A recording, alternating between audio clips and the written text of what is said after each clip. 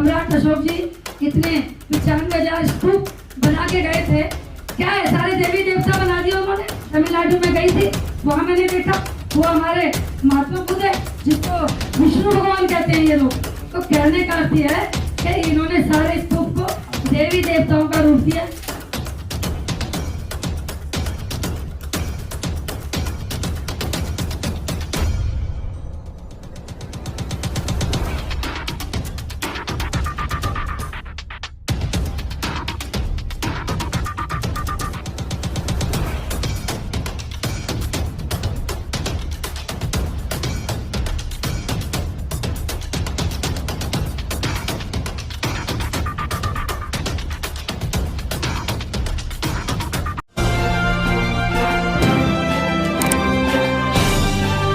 आप देख रहे हैं पब्लिक आवाज टीवी।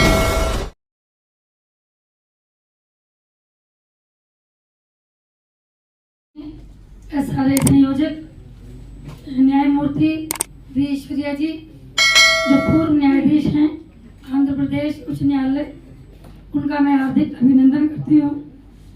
एसआरए के अध्यक्ष माननीय न्यायमूर्ति वीरेंद्र यादव जी जो पूर्व न्यायाधीश उच्च न्यायालय इलाहाबाद से, उनका भी मैं हार्दिक अभिनंदन करती हूँ।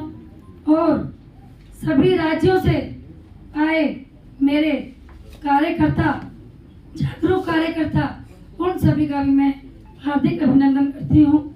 आज हम 30/7/2023 राष्ट्रीय सामाजिक न्याय सम्मेलन स्थापना दिवस के रूप में मना रहे हैं, तो उसकी बधाई मैं सभी को देती हूँ।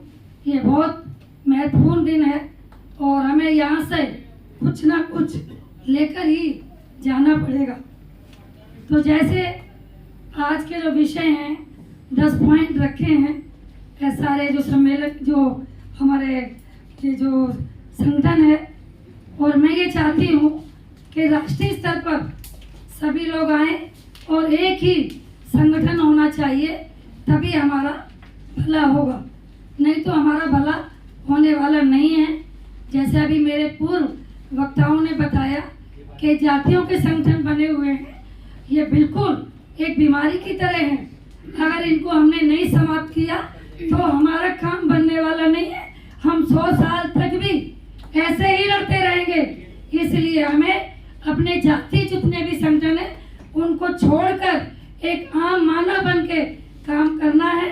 और जब तक हम मानव नहीं बनेंगे हमारा भला नहीं होगा।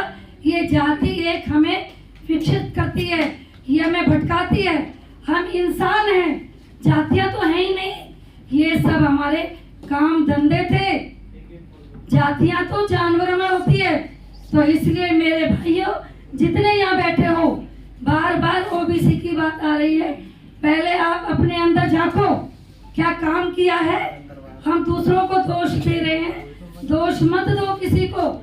जमीन पे उतरो और कम से कम 4-5 घंटे प्रतिदिन काम करो और अपना स्वार्थ छोड़ो, क्योंकि हम काम तो करते नहीं है और बातें ज्यादा करते हैं।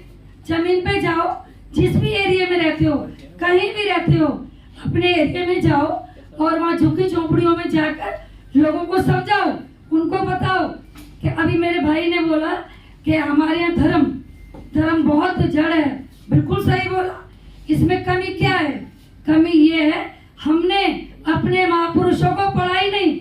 जितने भी ब्राह्मणवादी व्यवस्था के लोग हैं, जिनको हम आरएसएस बोलते हैं, उन्होंने हमारे महापुरुषों की किताबों को पढ़िए, अपने बच्चों को बताइए। सबसे पहले हमें उनको किताबों का ज्ञान दीजिए। गुलामगिरी, जाति का विनाश, किताबें पढ़ते नहीं है। इन लोगों ने हमारे इतिहास को दबा दिया है।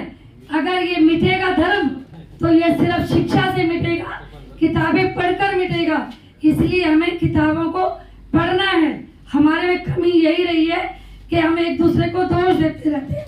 दोष नहीं देना। सभी मेरे भाई यहाँ सारे जागरूक हैं, सब काम कर रहे हैं। यहाँ जो बैठे हैं वो तो काम कर रहे हैं, लेकिन हमें जमीन पे जाके और लोगों को तैयार करना है कि काम करो, प्रतिदिन काम करो।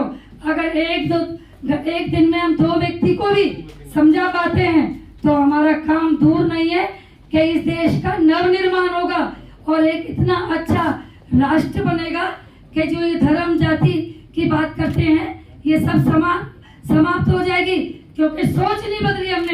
हमने व्यवस्था परिवर्तन करना चाहिए। जब तक व्यवस्था परिवर्तन नहीं करेंगे, अपनी सोच नहीं बदलेंगे। आज भी हम शिक्षित हो गए, प्रोफेसर, डॉक्टर, इंजीनियर, ना जाने क्या क्या बन गए, लेकिन सोच तो हमारी मनुवादी है। हम वही सोच में पड़े हुए हैं। हम काम करते हैं। पहले अपने जैसे महिलाओं की बात है, क्या हम अपनी घर में जाके सारे लोग बताएंगे आज कि मीटिंग में ये हुआ? हमें वो भी चर्चा करनी चाहिए। अपने बच्चों को बताना चाहिए, पढ़ो, इंजीनियर, डॉक्टर बनो, लेकिन सामाजिक शिक्षा का ज्ञान होना चाहिए। सामाजिक शिक्षा ही नहीं है। जब सामाजिक शिक्षा नहीं है तो सामाजिक जागृति कैसे आएगी?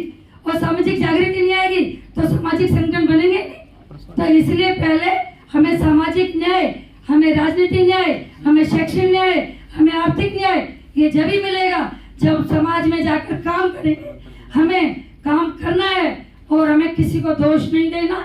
ये जो ब्राह्मणवादी व्यवस्था है ये कुछ नहीं है, क्योंकि ये हमसे आगे क्यों बढ़े हैं? इन्होंने पढ़ा है। और अपने को नीच मत मानो, बिल्कुल कभी मत मानो। अपने को डायमंड कहो। वो अगर स्वर्ण कहते हैं तो कौन डायमंड है? क्योंकि हम मजदूर वर्ग हैं, हम काम करते हैं, हम मेहनत करते हैं, हमारी कमाई खा रही है। सबसे ज्यादा मेहनत वर्ग जो करता है SC ST OBC माइनॉरिटीज, हम सबसे ज्यादा मेहनत करते हैं, लेकिन हमारा कहीं गिनती में नहीं है। क्योंकि हम उनकी, जैसे मेरे पूर्व वक्ताओं ने बताया कि हम उनकी दुकानें चला रहे हैं, उन्हीं की दुकानों से सामान खरीदते हैं। अगर कोई हमारा OBC SC ST की दुकान खोले, जाएंगे नहीं हम सामान लेने। तो हमें पहले समानता करके, हमें जाति भेद खत्म करके, हमें अपना न्याय लेना है। तो हमें किसी से मत मांगो।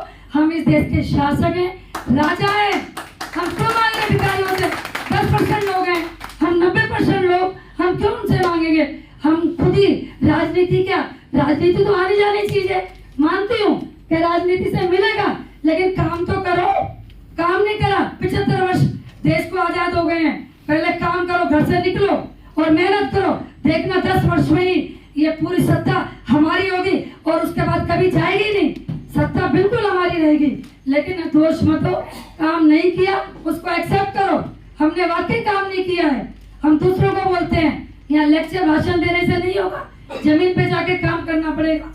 और अपने घर में बच्चों को बोलो, जितनी महापुरुषों की किताबें सब पढ़ो। किताबों से ही हमें ज्ञान प्राप्त होगा, हमें अपना इतिहास पता होगा। अब जितने भी स्तूप बने हुए हैं, सम्राट अशोक जी इतने 95,000 स्तूप बना के गए थे। क्या है? सारे देवी देवता बना दिए उन्होंने। अब मेरे यहाँ पद्मनाभन टेम्पल है, तमिलनाडु में गई थी, वहां मैंने देखा वो हमारे महात्मा बुद्ध है, जिसको विष्णु भगवान कहते हैं ये लोग। तो कहने का अर्थ है कि इन्होंने सारे स्तूप को देवी देवताओं का रूप दिया। बस 1 मिनट सर, मैं ये कहना चाहती हूँ कि मैं पैगाम से हूँ और मेरा नाम आशा चंद्रा है, रिटायर्ड प्रशासनिक अधिकारी हूँ। अभी 2022 31 जुलाई कल मुझे 1 वर्ष हो जाएगा रिटायर। तो मैं 6-7 साल से काम कर रही हूँ। पैगाम का मतलब फूले अम्बेडकरी, गौरवशाली और आदर्शवादी मुहिम, गैर राजनीतिक, गैर धार्मिक। हम धर्म की बात नहीं करते, राजनीति की नहीं करते, हम सोच बदलने की बात करते, परिवर्तन चाहते हैं। जब परिवर्तन होगा तो समाज में अवश्य सब कुछ मिलेगा। मत निराश हो, मत हताश हो, समय आने वाला है। लगे हुए हैं, सब काम कर रहे हैं। ये मत सोचो यहाँ थोड़े से लोग हैं, सब पूरे भारत में काम कर रहे हैं और करते रहेंगे। और मैं अधिक विशेष धन्यवाद दूंगी कि ये जो मीटिंग बुलाई गई, ये जो सम्मेलन बुलाया, आज स्थापना दिवस है और मुझे बहुत खुशी हुई। धन्यवाद। Thank you ma'am.